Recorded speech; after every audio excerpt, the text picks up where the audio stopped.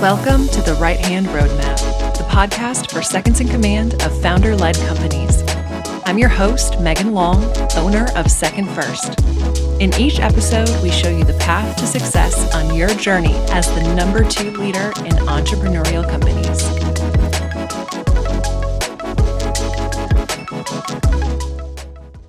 I am so happy you are here.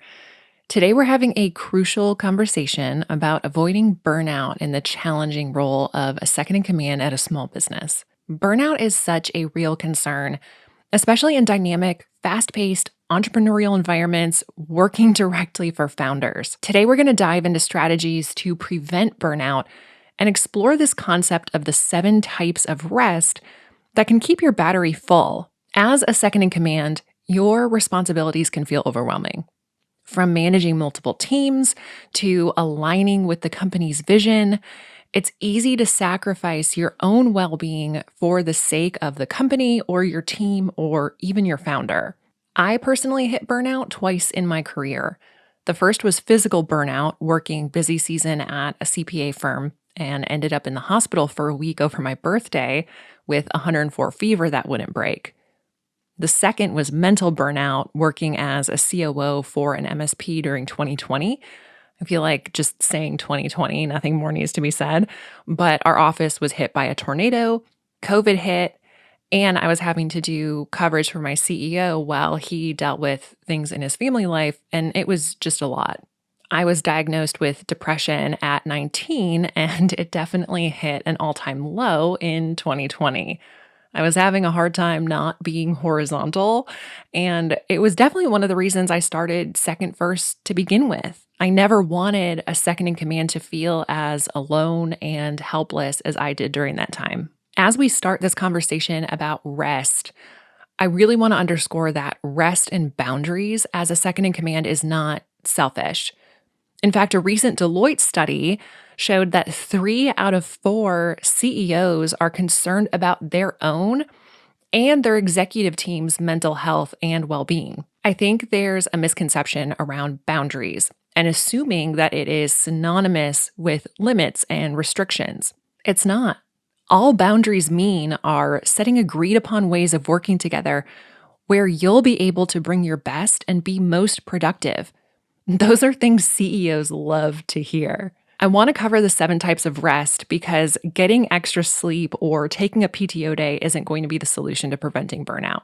Learning about each of the 7 and thinking about how you can apply each of these will allow you to feel more balanced, recharged, and productive. The first type of rest is the obvious one, physical rest. It's not just about sleep, it's about taking breaks, exercising, and allowing your body to recover from the demands of the job. If you're in a prolonged state of stress, that constant cortisol pumping in your body can lead to your body breaking down. Illness, injury, inflammation, pain, even cancer. That's not an exaggeration. So it's important to find ways to physically relax, taking short walks or breaks throughout the day, or even just staying aware of when you might be feeling the physical manifestation of stress. I mentioned my physical burnout when I was working as a CPA. I discovered through that experience that psychogenic fevers are a thing where you can be so stressed for such a prolonged period of time that your body just develops a fever with no other causes or symptoms. So yes, physical rest is extremely important. The second type of rest is mental rest. As a second in command, you are in a state of constant decision-making and problem-solving.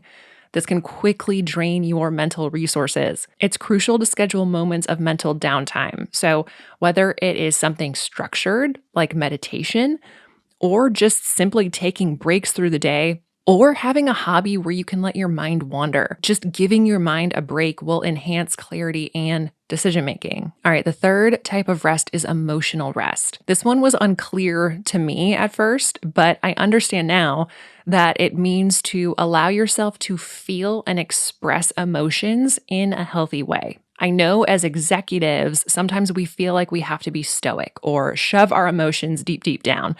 So even if you don't have that safe space in the workplace or with your founder, Finding somewhere or someone that you can find that support and ability to express emotions in a healthy way is going to be so important. Nurturing your emotional well being is key to long term success in your role, and frankly, allows you to have better EQ in managing a team.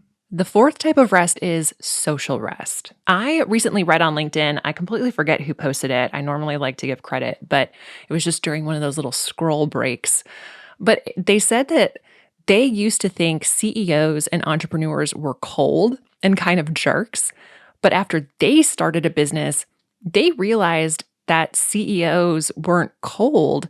They were just extremely protective of their energy and had strong boundaries. That's what I want for you in social rest.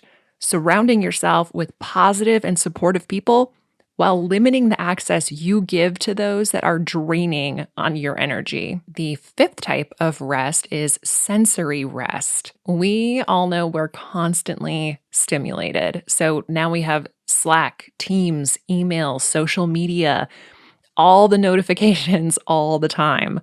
Consider taking short breaks away from screens, reducing noise, dimming lights, or just enjoying nature. Giving your senses a break can significantly impact your overall well-being. And next is creative rest. In the midst of strategic planning and problem solving, it's crucial to tap into your creativity. Allow time for activities that spark your imagination, whether it's art, music, or any form of creative expression.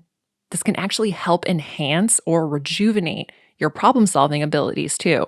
And number 7, the final type is spiritual rest. This does not mean religion. It means finding a sense of purpose and meaning. So taking moments for introspection, meditation, prayer, or just connecting with your personal values. Spiritual rest provides the foundation for resilience in the face of challenges. If you find yourself struggling with this one, I highly recommend the book What If There's More by Tracy Schubert Barrett. Not only is she an amazing person and a friend of mine, but she also was a co-founder of HGTV and experienced her own burnout and now helps guide executives on a journey to do just this, find their deeper purpose in life. As you think through these 7 types of rest, before you write them off or before you say, I don't have time for that, or that's not me, remember burnout doesn't just affect you.